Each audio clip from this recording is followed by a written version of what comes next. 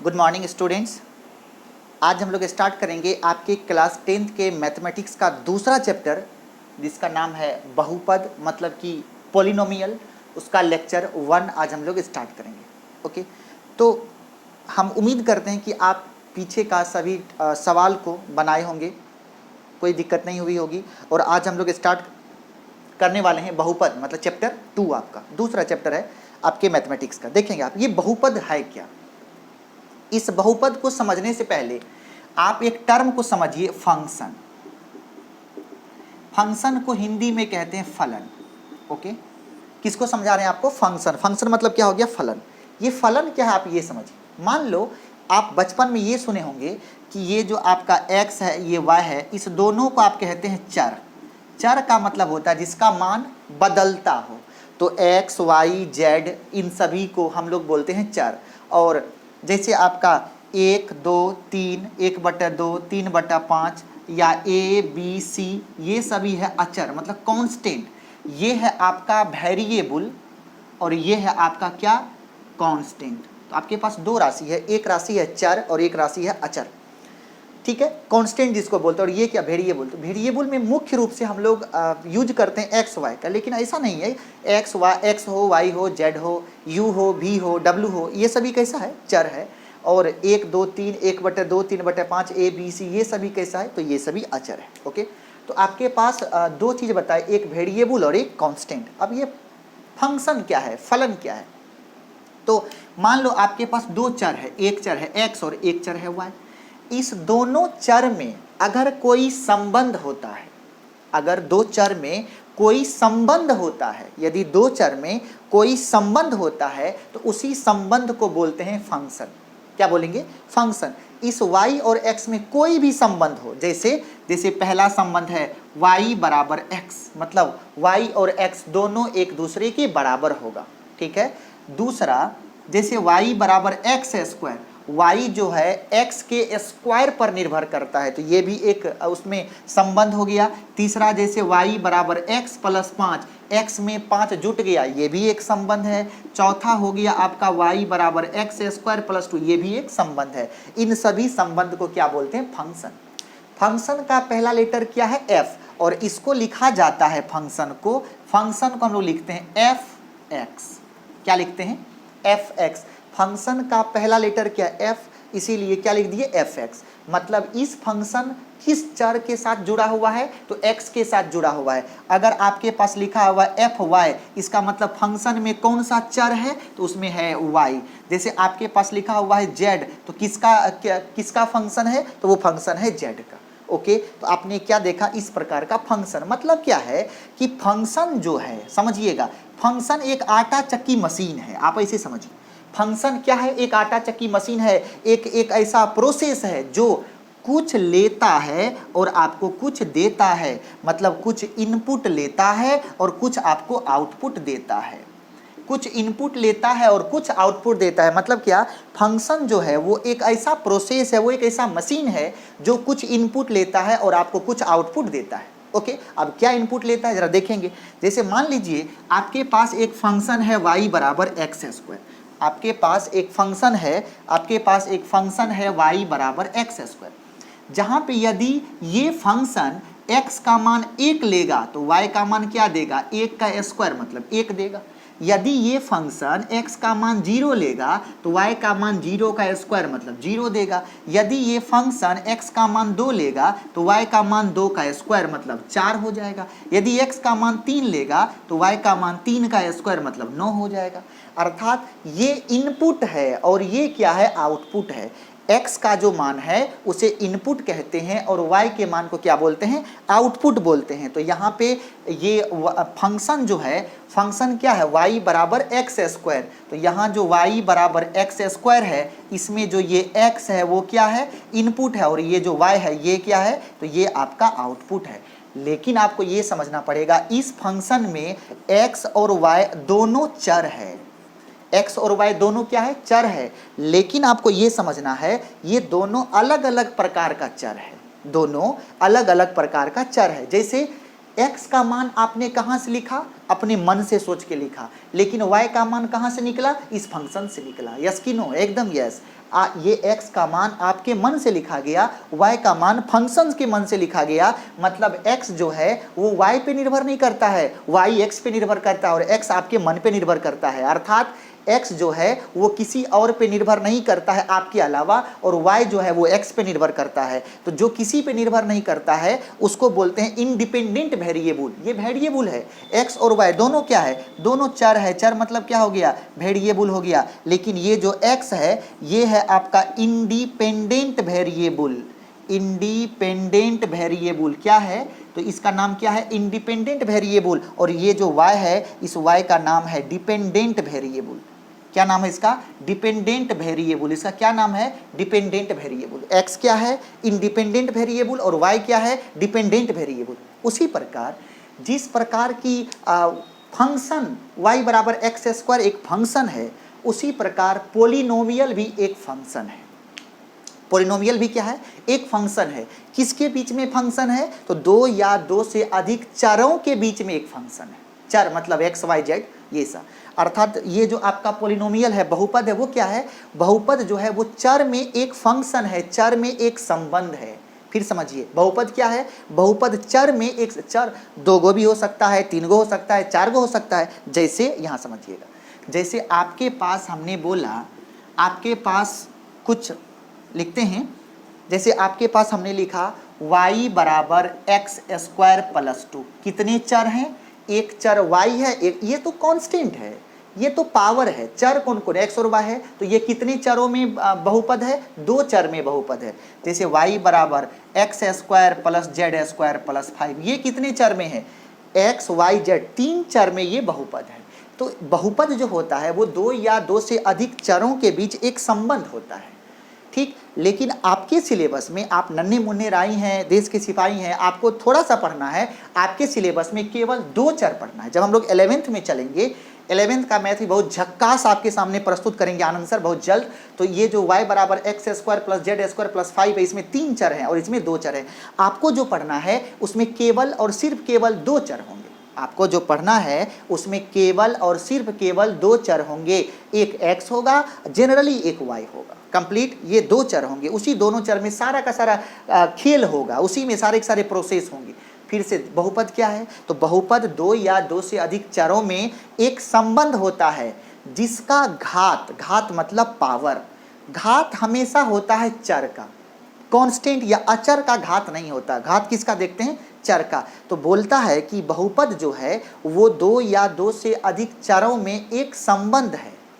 बहुपद क्या है, दो या दो से अधिक चरों में एक संबंध है, दो या दो से अधिक चरों में एक संबंध है जिसका घात और ऋणात्मक पूर्णांक होना चाहिए, जिसका घात और ऋणात्मक पूर्णांक होना चाहिए। मतलब कि पूर्ण संख्या होना चाहिए और ऋणात्मक पूर्णांक होना चाहिए, नॉन निगेटिव इंटीजर होना चाहिए।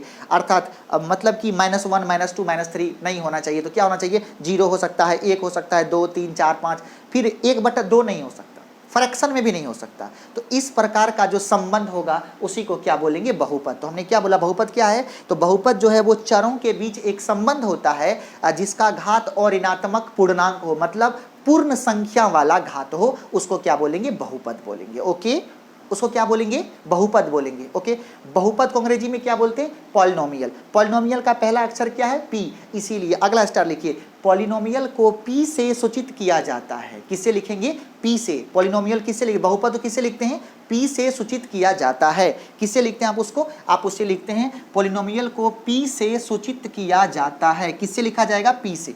आप देखिए, मान लो एक पॉलिनोमियल p है, एक पॉलिनोमियल p है, तो इसको लिखा हमने px। px का मतलब पॉलिनोमियल जो है वो x के चर में लिखा हुआ है। py का मतलब पॉलिनोमियल जो है वो y के चर में लिखा हुआ है। pz का मतलब पॉलिनोमियल जो है वो z के चर में लिखा हुआ है। p इस प्रकार का, ये इस तरीके से आप लिख सकते हैं। जैसे आपने लिखा ax प्लस b, आपने लिखा y square plus b y plus c, आपने लिखा a z square plus b z plus c. क्या है, पहला वाला पोलिनोमियल x में है, दूसरा y में है, तीसरा z में है। अर्थात इस पहले पोलिनोमियल का चर x है, दूसरे पोलिनोमियल का चर y है, तीसरे का चर कौन है, z है। तो आपने क्या देखा, इस तरीके से पोलिनोमियल को आप अलग अलग चर के रूप में लिख सकते हैं। पहला जो पोलिनोमियल है वो x के चर में है, दूसरा y के चर में है, तीसरा z के चर में है।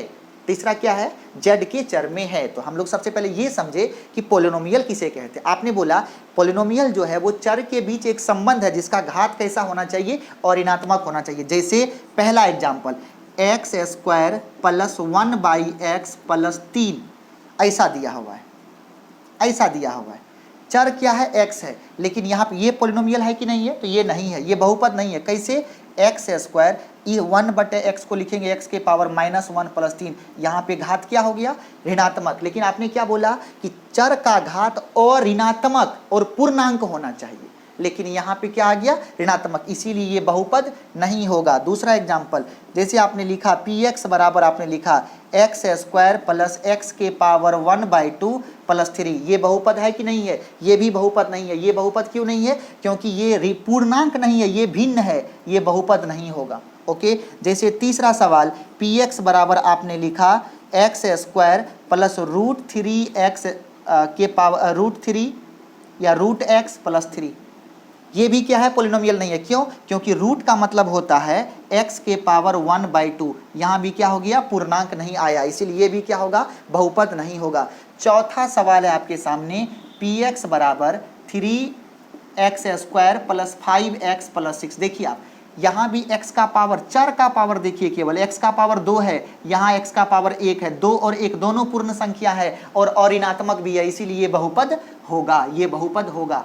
अब ये क्या हो गया, बहुपद हो गया। यहाँ देखिए 5 नंबर में, जैसे px बराबर आपके सामने है ax square plus bx plus c, ऐसा दे दिया। यहाँ पे x का घात 2 है, यहाँ पे x का घात 1 है, दोनों चर का घात केवल देखना है आपको। चर का घात, अचर के घात से मतलब नहीं है, चर का घात कैसा है, पूर्णांक है और ऋणात्मक भी है, इसीलिए ये क्या होगा, बहुपद होगा। कंप्लीट, इसीलिए क्या हो गया, बहुपद हो गया। अब देखेंगे सर, किसी भी चर के बगल में जो गुना होता है, किसी भी चर के बगल में जो गुना होता है उसे हम लोग गुणांक कहते हैं, कोएफिशिएंट कहते हैं।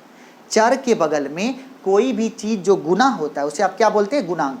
ये a क्या है, एक्स स्क्वायर का गुणांक, b क्या है, x का गुणांक, और c क्या है, अचर पद। a क्या है यहाँ पे, एक्स स्क्वायर का गुणांक, b क्या है, x का गुणांक, और c क्या है, अचर पद। आपने क्या देखा, x क्या है, तो x है आपका वो, a क्या है, एक्स स्क्वायर का गुणांक, b क्या है, x का गुणांक, और c क्या है, अचर पद। क्लियर है। अब देखेंगे तो ये क्या था कि कौन बहुपद है और कौन बहुपद नहीं है। कंप्लीट। बहुपद जो है उसका एक जनरल फॉर्म होता है, बहुपद का एक जनरल फॉर्म होता है। तो general form of polynomial, polynomial का जनरल फॉर्म, साधारण उसका रूप क्या है, पोलिनोमियल का रूप क्या है। तो अगला हेडिंग है बहुपद का, बहुपद का साधारण रूप। बहुपद का साधारण रूप क्या होता है, जरा ये देखिए। सबसे पहले क्या बोले, बहुपद को p से लिखेंगे। यदि बहुपद का चर x है तो यहाँ x लिखेंगे, अगर y होता तो y लिखेंगे, z होता तो z लिखेंगे। लेकिन हम लोग जनरली क्या लेते हैं, चर क्या होता है, x। ओके, इसको लिखा जाता है इस प्रकार से, an x के पावर n, an-1 x के पावर n-1, an-2 x के power n-2 dot dot dot, last में जाके हो जाएगा आपका a0। कंप्लीट। ये फॉर्म है, ये किस चीज का फॉर्म है, पोलिनोमियल का एक फॉर्म है, जहां पे n, n-1, n-2 dot dot dot, ये सभी क्या है, ये सभी पावर हैं। और an ये सब कोएफिशिएंट है, an x के पावर n का गुणांक है, an-1 x के पावर n-1 का गुणांक है, an-2 x के पावर n-2 का गुणांक है, और a0 जो है वो अचर पद है। अचर पद क्यों है, क्योंकि इसके बगल में कोई चर नहीं है। अगर है भी तो उसका पावर n-n मतलब 0 है, और x के पावर 0 का वैल्यू 1 हो जाता है, इसीलिए हम लोग यहाँ पे चर को नहीं लिखना उचित समझते हैं, इसीलिए वो क्या हो गया, अचर पद। जैसे आप देखो ना, ax square plus bx plus c, ये भी क्या है, ये भी एक पोलिनोमियल है जिसमें a एक्स स्क्वायर का गुणांक है, b x का गुणांक है, और c क्या है, अचर पद है। तो ये था आपको पॉलिनोमियल का साधारण रूप। ये क्या है? पॉलिनोमियल का साधारण रूप। दूसरा, पॉलिनोमियल का मानक रूप। पॉलिनोमियल का मतलब बहुपद का मानक रूप। समझिएगा, मानक रूप। सर चर पे क्या है? तो पावर है। चर पे क्या है? पावर है। जैसे हम कुछ बहुपद लिखते हैं, पी एक्स बराबर 3x के power 3 plus 2x plus 3x square plus 5, एक पहला बहुपद। दूसरा बहुपद हम लिखते हैं, इसी में आपको समझाएंगे कि मानक रूप क्या होता है। 3x के पावर 4, x के power 3, 2x square plus 3x plus 5, एक ये मिल गया। एक तीसरा बहुपद है जिसका नाम है पी एक्स बराबर 5 plus x plus 2x square plus 3x cube plus 4x के पावर 4, ये भी क्या है? बहुपद है। 3 बहुपद है। सर पहले बहुपद में पावर जो है वो न तो घटते क्रम में है न तो बढ़ते क्रम में है। 3 के बाद 1, 1 के बाद 2, 2 के बाद 0, न तो घटते क्रम में है न तो बढ़ते क्रम, मतलब ना तो आरोही है न तो अवरोही है। दूसरा देखिए, पावर 4 से 3, 3 से 2, 2 से 1, 1 से 0, मतलब घटते क्रम में है, अवरोही क्रम में है। पावर 0 से बढ़ के 1, 1 से बढ़ के 2, 2 से बढ़ के 3, 3 से बढ़ के 4। यदि किसी बहुपद का पावर मतलब घात या तो आरोही क्रम में हो या तो अवरोही क्रम में हो, तब इस प्रकार का जो बहुपद बनता है उस बहुपद को बोलते हैं बहुपद का मानक रूप। तो इस दोनों में देखिए, इस दोनों में इसमें जो घात है वो अवरोही क्रम में है, मतलब घटते जा रहा है, और इसमें जो घात है वो बढ़ते जा रहा है। अगर किसी बहुपद का घात बढ़ते या घटते क्रम में हो तब उस बहुपद को क्या बोलते हैं? मानक रूप में बोलते हैं। किस में बोलते हैं? मानक रूप में बोलते हैं। और ये बहुपद है लेकिन इसका मानक रूप नहीं है। बहुपद तो है लेकिन मानक रूप नहीं है। फिर समझिए, ये तीनों बहुपद है लेकिन ऊपर वाला बहुपद है लेकिन मानक रूप में नहीं है, लेकिन ये दोनों मानक रूप में है। ये किस आधार पर? अवरोही क्रम में है पावर, और ये किस आधार पर? आरोही क्रम में है पावर। कंप्लीट। अवरोही क्रम में है पावर और आरोही क्रम में है पावर। कंप्लीट। ओके। अब जैसे आपने क्या देखा कि अगर आपके पास बहुपद है तो बहुपद का अलग अलग प्रकार होता है। अगर आपके पास कोई बहुपद है तो क्या होगा? बहुपद का अलग अलग प्रकार होगा। तो अगला हेडिंग आप देंगे बहुपद का प्रकार। आपके पास जो अगला हेडिंग है उसका नाम है बहुपद के प्रकार। बहुपद के प्रकार, अगला हेडिंग है बहुपद के प्रकार। तो बहुपद जो है उसको 2 आधार पर बांटा गया। बहुपद को कितने आधार पर बांटा गया? बहुपद को कितने आधार पर बांटा गया? तो बहुपद को 2 आधार पर बांटा गया। एक है पद का आधार, पद का आधार, और दूसरा है घात का आधार। बहुपद को बांटने का कितना आधार है? तो आपने क्या बोला? 2 आधार है। एक है पद का आधार और एक क्या है? घात का आधार। अर्थात सबसे पहली बात, नंबर 1 घात के आधार पर यह अलग अलग प्रकार का होता है। जैसे आपने बोला, यहां देखेंगे पी एक्स बराबर 5 है, 3 है, 2 है, 4 है, ये सभी, इसको क्या बोलते हैं? इसको बोलते हैं अचर बहुपद। बहुत इंपॉर्टेंट ऑब्जेक्टिव है। क्या बोलते हैं इसको? अचर बहुपद। क्या हम 5 को लिख सकते हैं 5 गुना 1? 1 को लिख सकते हैं x के पावर 0? सर 5 लिखिए या 5 गुना 1 लिखिए या 5 गुना x के पावर 0 लिखिए, तीनों चीज एक ही है। इसीलिए ये भी अचर बहुपद है, ये भी अचर बहुपद है, ये भी अचर बहुपद है। लेकिन इस अचर बहुपद का एक और नाम है शून्य घातीय बहुपद। क्या नाम है इसका? शून्य घातीय बहुपद। क्या नाम है इसका? शून्य घातीय बहुपद। तो शून्य घातीय बहुपद कहिए या अचर बहुपद कहिए। जैसे पूछेगा 1/2 कौन सा बहुपद है?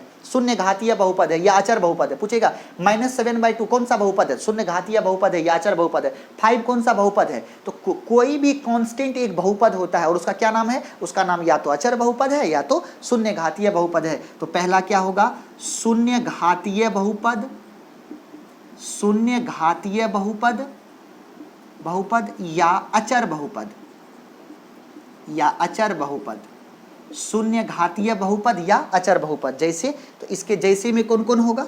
इसके जैसे में हो गया आपको, जैसे में आपने लिखा पी एक्स बराबर हो गया 5 हो गया, 6 हो गया, 1/2 हो गया, 3 हो गया, -7/2 हो गया, 8/9 हो गया, डॉट डॉट डॉट। ठीक है।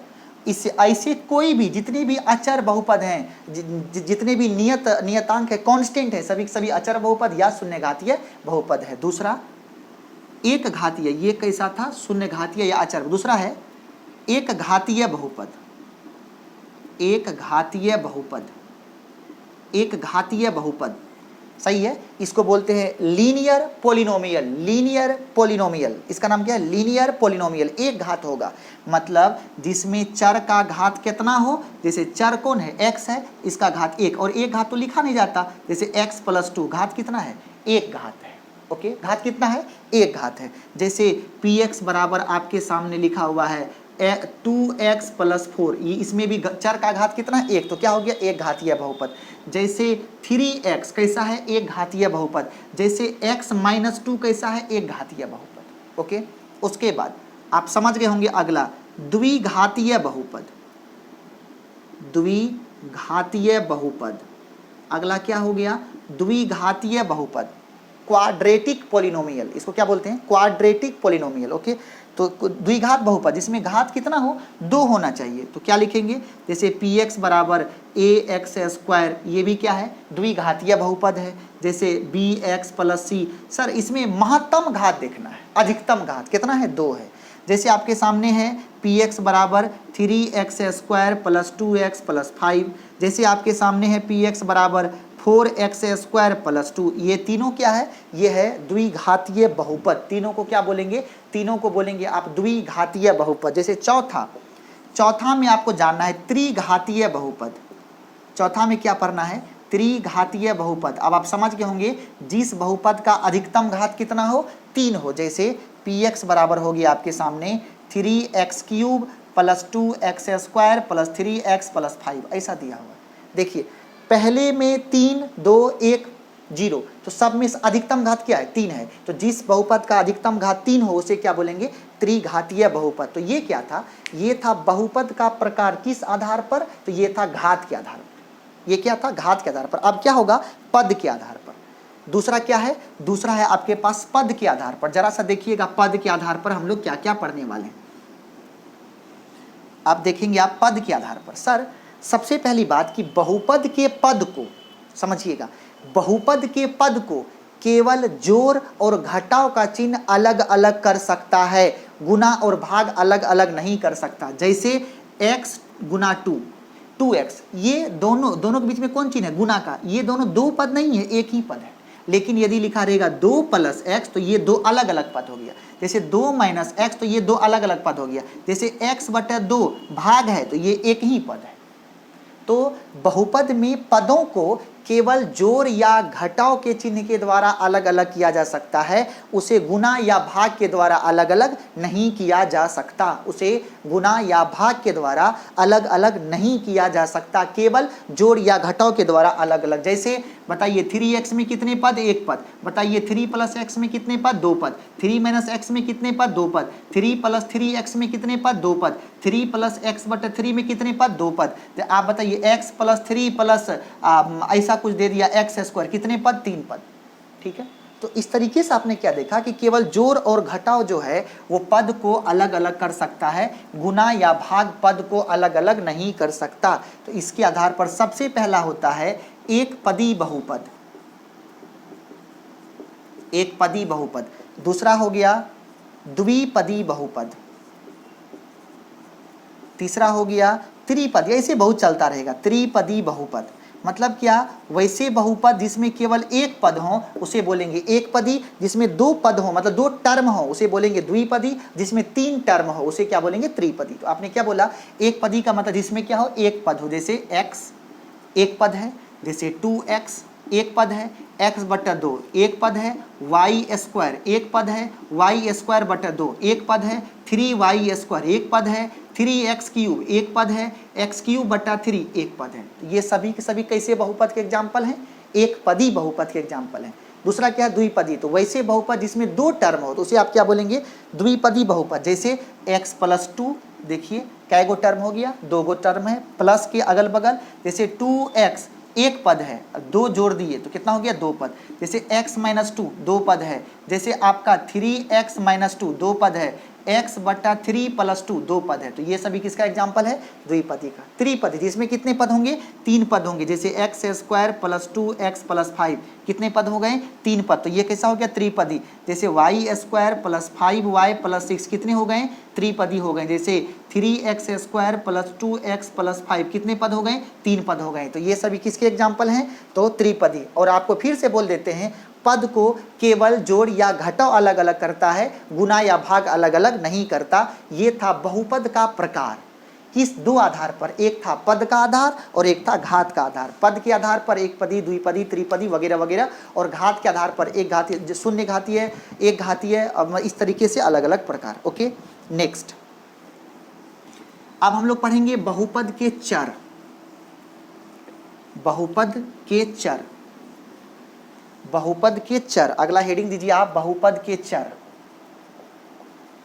बहुपद के चर, बहुपद जिस चर में लिखा जाता है, बहुपद जिस चर में लिखा जाता है उसे बहुपद का चर कहते हैं। फिर से, बहुपद मतलब पॉलिनोमियल जिस वेरिएबल में लिखा जाता है उसे बहुपद का चर कहते हैं, बहुपद का वेरिएबल कहते हैं। जैसे मान लो आपने एक बहुपद लिखा px बराबर 3x square plus 2x plus 5, ये बहुपद का चर क्या है? x है। जैसे आपने लिखा py, तो ये बहुपद किस में लिखा जाएगा? p में, ay square plus 2y plus 5, इस बहुपद का चर क्या है? y है। जैसे आपने लिखा pz, तो क्या हो जाएगा? 3z square plus 5z plus 6। लेकिन एक बहुपद में गौर करेंगे केवल एक चर है। अगर किसी में कोई x में है तो केवल x में है, कोई y में है तो केवल y में है, कोई z में है तो केवल z में है। मतलब एक बहुपद में दो चर एक साथ नहीं हो सकता। अगर कोई बहुपद x में है तो वो केवल x में है, अगर कोई बहुपद y में है तो केवल y में है, अगर कोई z में है तो केवल z में है। जैसे कोई u में है, u square plus 2u plus 5, तो ये किस में है? केवल u में है। तो किसी भी बहुपद को जिस चर के रूप में लिखा जाता है उसी चर को उस बहुपद का चर कहते हैं, मतलब variables of polynomial. Okay, next अगला हम लोग पढ़ेंगे बहुपद के मान। बहुपद के मान, बहुपद के मान, अगला है अगला हेडिंग है आपके सामने बहुपद के मान। ये देखिए ये क्या है? बहुपद का मान क्या है? जैसे मान लो आपके पास है px बराबर x square plus 2x plus 1, ऐसा एक इक्वेशन बहुपद दिया हुआ है। ये क्या है? एक बहुपद दिया हुआ है। आपसे पूछेगा कि बहुपद का मान का मतलब किसी खास चर के लिए उस बहुपद का क्या वैल्यू है, उसी को बहुपद का मान कहते हैं। जैसे मान लो ये एक बहुपद है, इसमें यदि चर का मान 1 रखा जाए तो इस बहुपद का वैल्यू कितना होगा? तो क्या करेंगे, जहाँ जहाँ पे x है उसके जगह पे 1 रख देंगे। तो ये 1 का स्क्वायर प्लस 2 गुना 1 प्लस 1, तो 1 2 3 3 1 4, बहुपद का मान कितना हो गया? 4। इसी को बोलते हैं बहुपद का मान। जैसे पूछेगा x बराबर 2 रख देंगे तो ये क्या बनेगा? P2 बनेगा। तो कितना हो जाएगा? 2 का स्क्वायर, देखिए ना, प्लस 2 गुना 2, x के जगह पे रख देंगे प्लस 1, 2 दूना 4, 4 4 8, 8 1 9, तो बहुपद का मान कितना हो गया? 9। अगर पूछेगा x बराबर 0 पर, तो क्या आप लिखेंगे इसको? P0, कितना हो जाएगा? x के जगह पे 0 रख दीजिए, 0 का स्क्वायर प्लस 2 गुना 0 प्लस 1, 0 0 1, कितना हो गया आंसर? 1 हो जाएगा। आ रहा है समझ में? तो ये क्या है? यदि आपसे पूछेगा x बराबर -1 पर क्या होगा, इसी में क्या लिख देंगे? -1, क्या हो जाएगा? -1 का स्क्वायर प्लस 2 गुना -1 प्लस 1, तो ये कितना हो गया? 1 -2 प्लस 1, 1 1 2, 2 में से 2 गया 0, ये हो गया आंसर। इसी को कहते हैं बहुपद का मान। जैसे दूसरा बहुपद आपके सामने है py equal to y square plus 2, ऐसा कोई बहुपद है। तो आपसे पूछेगा बताइए y बराबर 0 पर बहुपद का मान कितना होगा? तो क्या करेंगे, इसी में पी वाई के जगह पे 0 रख देंगे, तो क्या हो जाएगा? 0 का स्क्वायर प्लस 2, आंसर क्या हो गया? 2। इसी को बोलते हैं बहुपद का मान। जिसे पूछेगा y बराबर 1 पर कितना होगा, तो y के जगह पे 1 रख दीजिए, तो ये हो जाएगा 1 का स्क्वायर प्लस 2, तो 1 2 1 3, तो इसका आंसर 3 हो गया। आपसे पूछेगा y बराबर 2 पर मान कितना होगा, तो आप y के जगह पे 2 रख दीजिए, 2 का स्क्वायर प्लस 2 दूना 4, 4 2 6, इसका आंसर हो गया 6। आ रहा है समझ में? इसे बोलते हैं बहुपद का मान। क्या बोलते हैं? बहुपद का मान। इसे आप क्या बोलते हैं? बहुपद का मान। इसे आप क्या बोलते हैं? बहुपद का मान। ओके, नेक्स्ट अगला हेडिंग देखेंगे आप। अब हम लोग पढ़ेंगे बहुपद का शून्यक। बहुपद का शून्यक, अगला हेडिंग दीजिए आप, बहुपद का शून्यक। बहुपद का शून्यक, ये शून्यक क्या होता है समझिएगा। शून्यक किसे कहते हैं? शून्यक का मतलब होता है कि चर का वैसा मान जो बहुपद को जीरो के बराबर कर दे। क्या बोलेंगे? चर का वैसा मान जो बहुपद को जीरो के बराबर कर दे।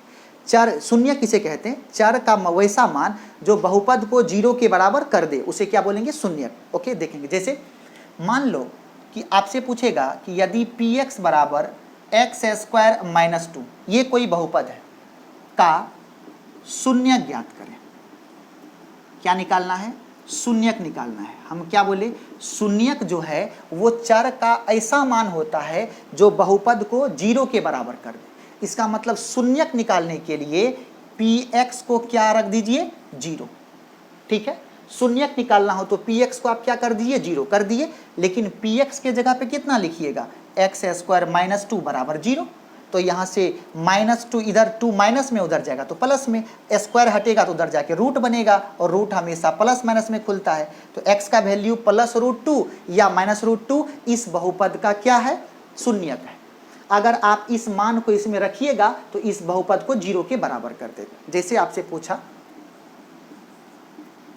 यदि px बराबर x² - 9 का शून्यक ज्ञात करें, x² - 9 का शून्यक ज्ञात करें। सबसे पहले क्या करना है? शून्यक क्या है? आपने क्या बोला? शून्यक जो है वो चर का ऐसा मान होता है जो बहुपद को जीरो के बराबर कर देता है। शून्यक जो है वो चर का ऐसा मान होता है जो बहुपद को शून्य के बराबर कर देता है। अर्थात अगर सॉल्यूशन में जाएंगे तो शून्यक निकालने के लिए आप क्या करेंगे? px बराबर जीरो। px के जगह पे क्या लिखेंगे?